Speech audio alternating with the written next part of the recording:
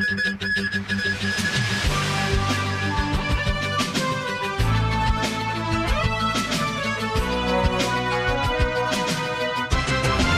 everyone, and welcome to today's news broadcast. Breaking the cycle of intergenerational poverty in Hong Kong is gaining momentum, thanks to a powerful collaboration among government agencies, educational institutions, non-profits, and private sector partners. Together, they are tackling this pressing issue by targeting educational and skill development as essential tools for lasting change. This comprehensive approach emphasizes the philosophy that it's better to teach a man to fish than give him a fish, through accessible educational programs, vocational training, and hands-on mentorship. This initiative aims to empower individuals with skills that can secure a brighter future.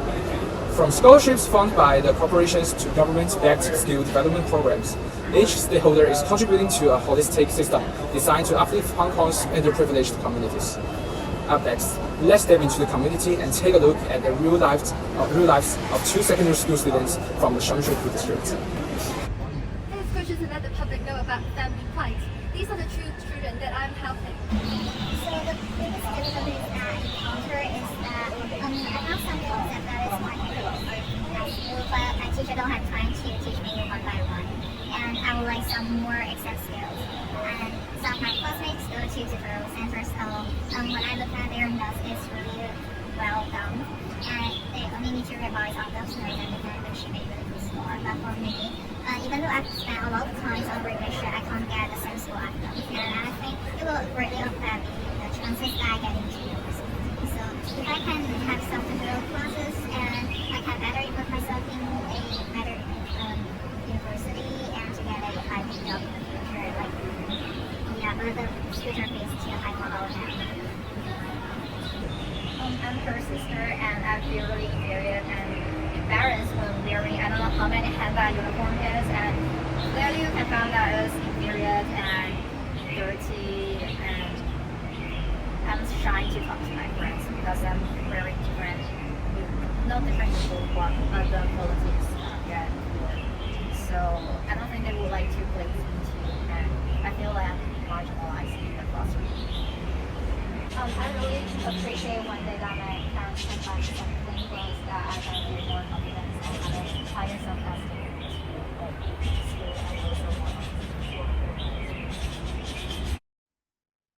In a knowledge-based economy, a person's social mobility largely depends on their educational level.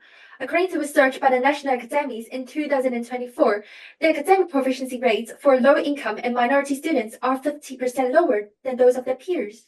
Given that earnings increase for every additional years of education is indispensable in breaking the cycle of intergenerational poverty. Next to me is Dr. Li. She is an expert in analyzing how education helps reduce poverty, and now she will share how educational institutions can help solve the intergenerational poverty in Hong Kong. Welcome, Dr. Li. Thank you for having me today. There are several recommendations for the educational institution to tackle this problem.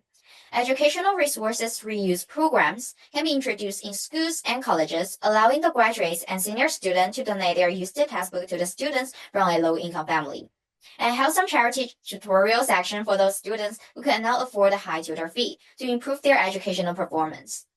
This approach can reduce the financial burden on the families struggling to afford new educational materials and allow the community to reallocate resources to the other essential needs.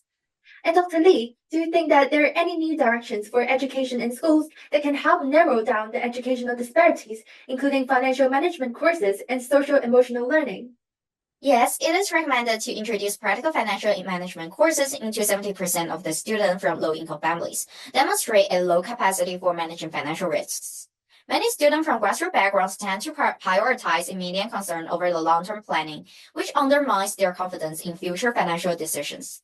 These courses can provide hands-on experience and help you invest their confidence from a young age. And Dr. Li, have you heard about the SEL program? How do you think it can help the students from low-income families? The Hong Kong Federation of Youth released SEL Social and Emotional Learning in 2005. It aims to foster empathy, confidence, self-discipline, and emotional management. Research shows that students from low-income families are less optimistic about achieving high educational level, and there is a relatively low level of parental engagement in their learning. By implementing SEL, school can provide mental wellness, class engagement, peer connectedness, and self-efficacy. In doing so, school can contribute and break down the educational barriers. I see. Thank you so much for your time. Good evening. Today we're highlighting an exciting new initiative aimed at alleviating intergenerational poverty through corporate involvement. Joining us is Mr. Zhang, CEO of a leading corporation, who has been a vocal supporter of such efforts. Welcome, Mr. Zhang. Thank you, Ms. Chen. It's a pleasure to be here. Mr. Zhang, can you share your thoughts on alleviating intergenerational poverty and why you believe it is important? Absolutely. The persistence of intergenerational poverty is a serious issue that we cannot ignore. As a corporation, we have the resources and responsibility to make a positive impact. This new program builds on previous efforts such as the China Merchants Youth Mentor Program in Hong Kong. This initiative connects young professionals from state-owned enterprise with students from the underprivileged backgrounds. Over the past 5 years, the program has formed partnership with 60 schools and benefits more than 3,000 students. These mentors offer guidance and support, helping students tackle academic and career challenges. One of our mentees, Lei Yu-Ting, shared how he developed a strong mentorship with his mentor through regular communication. This mentorship not only provides him with academic assistance, but also inspired him to explore the connections between education and career opportunities. Wow, it sounds like a powerful initiative. How do you plan to ensure that this new program is sustainable and impactful? As we launch this new initiative, I'm inspired by the remarkable legacy of Qin Ka-ping, a prominent businessman who dedicated his life in philanthropy, particularly in the field of education. His foundation, established in 1982, focused on enhancing educational quality across the Greater China region. Under the guiding principle of cultivating a national through education, it supported numerous projects that fosters national development. Through his efforts, many schools, including those named after him, will be established in province, city, and regions throughout mainland China, Hong Kong, and Taiwan. For nearly a decade, he served as honorary chairman of Qin Ka-ping Foundation, leaving behind a profound impact before his passing in July 2018 at the age of 98. Like Mr. Qin Ka-ping, I believe in this transformative power of education. Our mentorship program aims to carry forward the vision by connecting young professionals with students from underprivileged backgrounds, ensuring that talent is not lost due to the socio-economic barriers. It's vital that no talent goes unnoticed and appreciated due to the circumstance of birth. We are committed to bring the cycle of poverty and fostering a more equitable society.